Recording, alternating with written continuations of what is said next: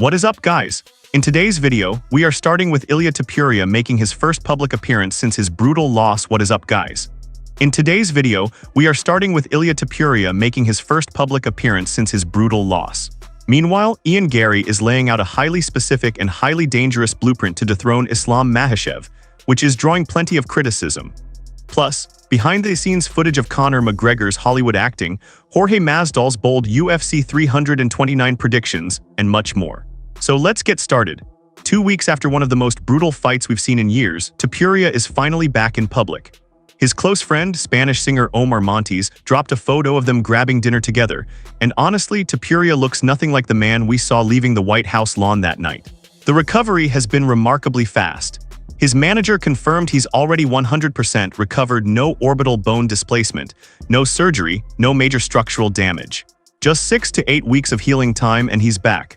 The team is pushing hard for a December return with early 2027 as the backup plan, and their target is crystal clear: they want Gietsch, the rematch, the redemption fight. But here's where it gets complicated.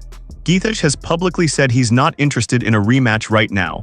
He's watching the McGregor versus Holloway fight closely, and if Conor wins, that's the fight Justin wants. So the rematch Topuria's team is desperate for is far from guaranteed. Meanwhile, Kamaru Usman offered a perspective worth listening to. He said Topuria needed a loss like this. A setback of this magnitude at this stage of his career could end up being the defining moment that shapes him into something even greater. Missing from what we do is the spiritual aspect of this. I think Ilia I don't think it was a mistake. Ilia did everything he needed to do to learn the lessons he needed to learn. Now, if that makes him the best ever, that's hopefully we'll see what that happens. It's already written. In order for you to learn that about yourself, you needed to go through something like this. And so he did exactly what he needed to do. For Justin to make a statement like that, he needed to go through the 1 second knockout by Matt. He needed to go through being subbed by Khabib. He needed to feel all of those things to have the greatness, to have a moment like this. We've seen it happen over and over again in this sport. Fighters absorb devastating losses and come back as completely different animals. Just look at Justin Gietsch.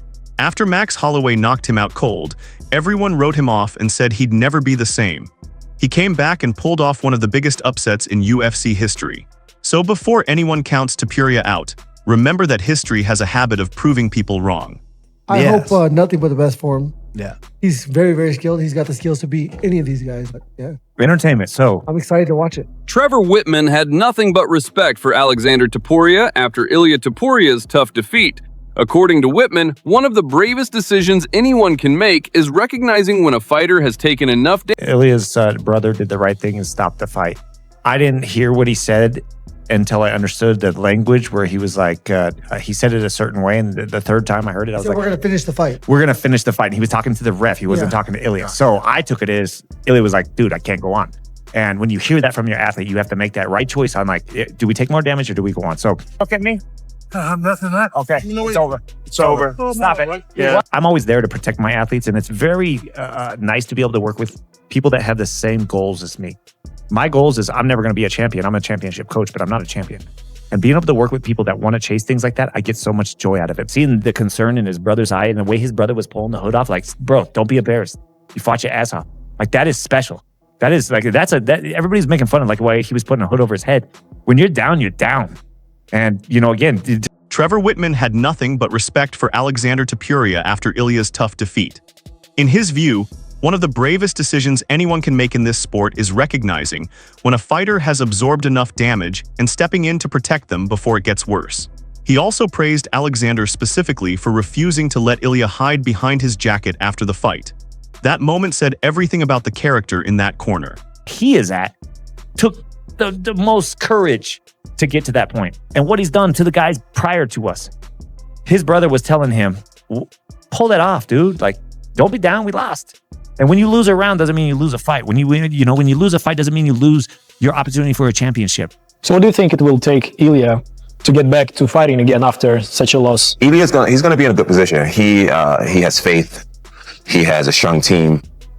And that's a lot of what it takes. He has a work ethic. I think he's honest with himself. Ilia and I, we share the same agent, and we were talking about him earlier today. And what I heard was that he's humble, that he is honest. He realized that he just didn't perform well. And I think that's the number one step of getting back into the ring in a healthy way. It's the guys that make excuses. That's when it's hard to come back and win that rematch. Guys who just say, you know what, I could have did better. I could have done more. Honesty with yourself is the key to MMA. Knowing exactly who you are, what you've done, what you haven't done. You can't lie once you get in that cage. What's real will come to the light. Me, my ideal scenario, I want a 4th round finish. I don't want any early knockout, because then there's ifs, buts, maybes, there's excuses. I want 4 rounds of domination, and in that 4th round, I'm going to tell everybody, I'm going to do it now, and then I'm going to go and I'm going to finish it. I'm going to open the door, I'm going to walk them.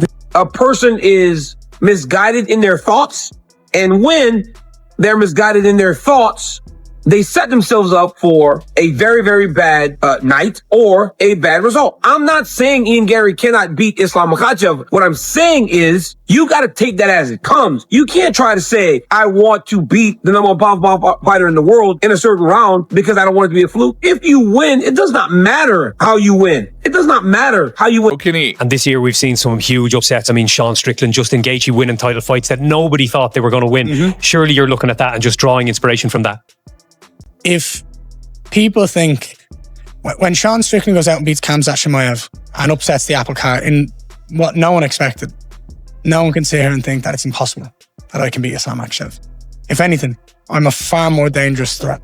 I'm far more complete, and I have way, way, way more ways of winning that fight. I am the most dangerous opponent for Islam Makhachev, and it's my job to go out and prove that on August 15th. I swear to God, it wouldn't be RAF because they can't afford to pay it. But there's an organization that offers us both 7 figures for a 6-minute match. He will not do it. I'm telling you guys, he will not do it. I'm telling you, and I'm not lying. I went through the negotiations and I said, if he wrestles me, I'll do it. I said, but it's going to be 10-0. I'm going to tech him. I said, but unfortunately, he knows it's going to be 10-0, so he won't do it. So then I said, how about we do a grappling match? He said, no, only submissions. I said, well, why don't we do points, right? Where we win. I don't want to be tied at the end. No points, only submissions. So he won't do it. He won't compete with me in anything that he think there's a chance he will lose it. So give up on the John Jones thing. He's not going to do it. Ian Machado Gary is gearing up for the biggest fight of his career against Islam Makhachev at UFC 330. And he's not going in with a vague game plan. Gary has laid out something highly specific and highly bold. He doesn't want an early knockout. He wants 4 full rounds of complete and total domination, leaving 0 room for debate, no ifs, no buts, no maybes. Just a statement performance the entire world has to acknowledge. Daniel Cormier is not buying it for a single second. DC admitted he completely loses his composure when he hears fighters talk about scripting a finish against a dominant champion like Makhachev. In his view, walking into a fight with Islam Makhachev and planning to control exactly how and when it ends is not confidence, it's dangerous overconfidence. And Cormier believes that mindset could get Gary in serious trouble on fight night. Despite shot for the 5 years that Conor stepped away, Max only competed against the world's best every time out. There isn't a time where I could think like Max is not fighting the toughest guy available to him or the number 1 guy in the division or the division above. To think that he has victories over a lot of these top-notch guys in these last 5 years just shows that not only is he doing it, but he's doing it well. As in, Conor's just been fucking home, you know, watching guys fight, doing fucking catching charges, not training. Now you're going to train for 6 weeks, 10 weeks, and going there with a guy like Max, conventional wisdom will tell me he gets fucking cooked from the start of it. He gets fucking cooked. Smoked like a brisket, he gets done. What are you thinking in the locker room?